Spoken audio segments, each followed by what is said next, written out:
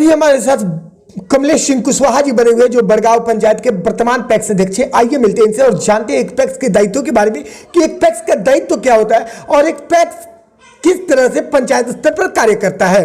तो स्वागत है आपका डेली लाइव न्यूज चैनल में सर। आपका भी स्वागत है बड़गांव पैक्स की ओर से। पैक्स एक समिति है और पैक्स को चलाने के लिए किन किन सदस्यों की जरूरत होती है? पैक्स में एक अध्यक्ष होते हैं और उनका एक प्रबंधक होता है जी, और कार्यकारिणी के मेंबर होते हैं जो 11 होते हैं और हर वर्ग से लिए जाते हैं। उसमें महिलाएं भी होती है, अति पिछड़ा से भी लोग होते हैं, पिछड़े वर्ग के होते हैं, SC ST के मेंबर होते हैं। सब मिलाकर एक कमेटी बनती है जो पंचायत स्तर पर किसानों का जो उचित मूल्य है फसल का वो दिलवाने का काम करती है और सरकार से जो रेट तय होता है उस रेट पर खरीदारी करती है और किसान जो हैं अपनी फसल को औने पौने दामों में बिचौलियों को हाथे न बेचे इसका भरपूर प्रयास करती है। पूरा पैस पूरा कमेटी जो है हर एक मेंबर का ये दायित्व बनता है कि पंचायत के सभी किसानों को ये बताए कि कैसे खरीदारी किया जाता है, कब खरीदारी होगा और क्या रेट है सरकार का। आप सरकारी दाम पर अपने फसल को बेचें, न कि औने पौने दामों में बिचौलिए और सेठ महाजनों को बेचें। लेकिन सर सबसे बड़ी बात यहाँ पे आ रही है कि ये तो कार्यकारिणी के सदस्य की बात रही, लेकिन जो पैक्स प्रबंधक होते हैं उनका क्या दायित्व होता है पंचायत स्तर पर? प्रबंधक का भी दायित्व यही है। प्रबंधक समझिए कि एक अस्थाई उनका पद है जी। अब तो सरकार उनका मानदेय भी देने जा रही है। अब जब दे तो वो लोग सरकारी मेंबर हो जाएंगे। जैसे हर जगह एक इलेक्टेड और सिलेक्टेड लोग मिलकर व्यवस्था को चलाते हैं, तो हम लोग तो इलेक्टेड हो गए और वो लोग सिलेक्टेड मेंबर होते हैं जो समझिए कि वो सरकार का प्रतिनिधित्व करते हैं और हम लोग किसानों का प्रतिनिधित्व करते हैं। बिल्कुल, तो मतलब कि वो तो सिलेक्टेड हो गए और जो जिसको जनता इलेक्ट करके भेजती है, चुनकर भेजती है, यानी कि पैक्स अध्यक्ष, उनका क्या दायित्व होता है, उनका क्या कार्य होता है पंचायत स्तर पर?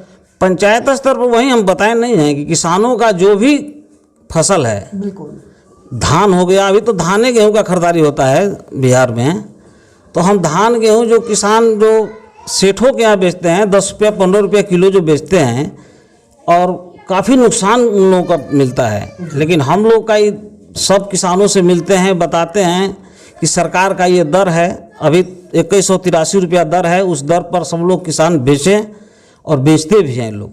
अब बहुत स्तर पर हम लोगों ने बिचौलिए से धान बने कोई नहीं खरीदे इसका भरपूर प्रयास किए हैं और एक एक किसान का धान खरीदने का काम किए हैं। कि किसान जो है ज़्यादा जागरूक नहीं हो पाती है पंचायत स्तर पर, तो मान के चलिए अगर किसान को आपके प्रति धान बेचना हो या फिर गेहूं बेचना हो अपने पैक्स में, तो उसके लिए क्या प्रक्रिया, किस तरह से वो पैक्स को धान देती है?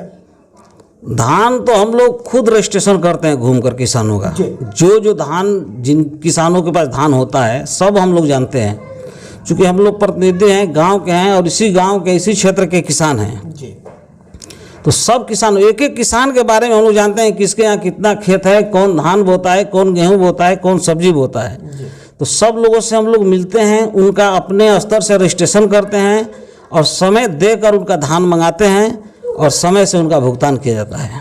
एक किसान को ऑनलाइन रजिस्ट्रेशन करने के लिए, धान बेचने के लिए ऑनलाइन रजिस्ट्रेशन करना पड़ता है जैसा कि आप कर रहे हैं, तो उसके लिए कौन कौन से कागजात उन लोगों को आवश्यक होते हैं जिससे वो लोग रजिस्ट्रेशन अपना कर सकें? किसान का 2 कैटेगरी रखा है सरकार ने, एक रैयत है और एक गैर रैयत है।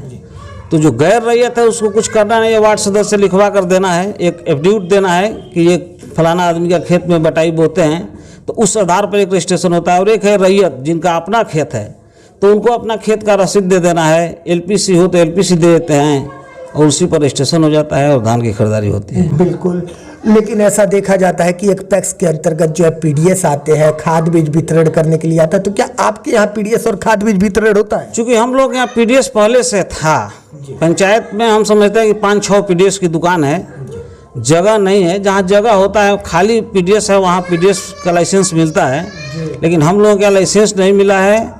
और खाद बीज का जहाँ तक बात है तो गवर्नमेंट ने एक व्यवस्था रखी है कि जो BSc किया होगा एग्रीकल्चर से चाहे केमिस्ट्री से, उसी को लाइसेंस मिलेगा। तो अभी जो हमारे प्रबंधक हैं और चाहे अलग से भी हम लोग खोजे तो कोई ऐसा व्यक्ति नहीं मिला जो बीएससी एग्रीकल्चर से किया हो चाहे केमिस्ट्री से किया हो, वो प्रबंधक बनने को तैयार नहीं है। और प्रबंधक जब तक नहीं बनेगा तब तक लाइसेंस नहीं बनेगा उनको। एक पैक्स के अंतर्गत हरित क्रांति के अंतर्गत जो है कृषि यंत्र दिए जाते हैं, जैसे tractor, trolley, rotavator, cultivator, harvester या अन्य उपकरण की अगर हम बात करते हैं तो वो क्यों दिया जाता है पैक्स को? सरकार की एक व्यवस्था बनी है कि एक कृषि यंत्र की स्थापना हो पंचायत में।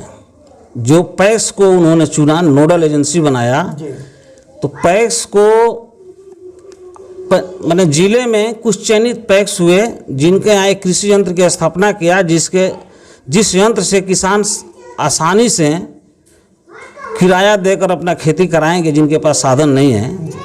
लेकिन अभी जिले में बहुत कम ऐसे पैक्स हैं। मैरवा ब्लॉक में हम समझते हैं कि एक पैक्स है जिनको कृषि यंत्रीकरण में चयनित किया गया है, वो बड़का माजा पैक्स है। अभी हम लोगों का चयनित नहीं हुआ है। चयनित जब होगा तो निश्चित रूप से मिलेगा तो किसानों को फायदा होगा। बिल्कुल। चलिए जी, डेली लाइव न्यूज चैनल से जुड़ने के लिए और अपना कीमती समय देने के लिए बहुत बहुत धन्यवाद आपका। आपको भी धन्यवाद है।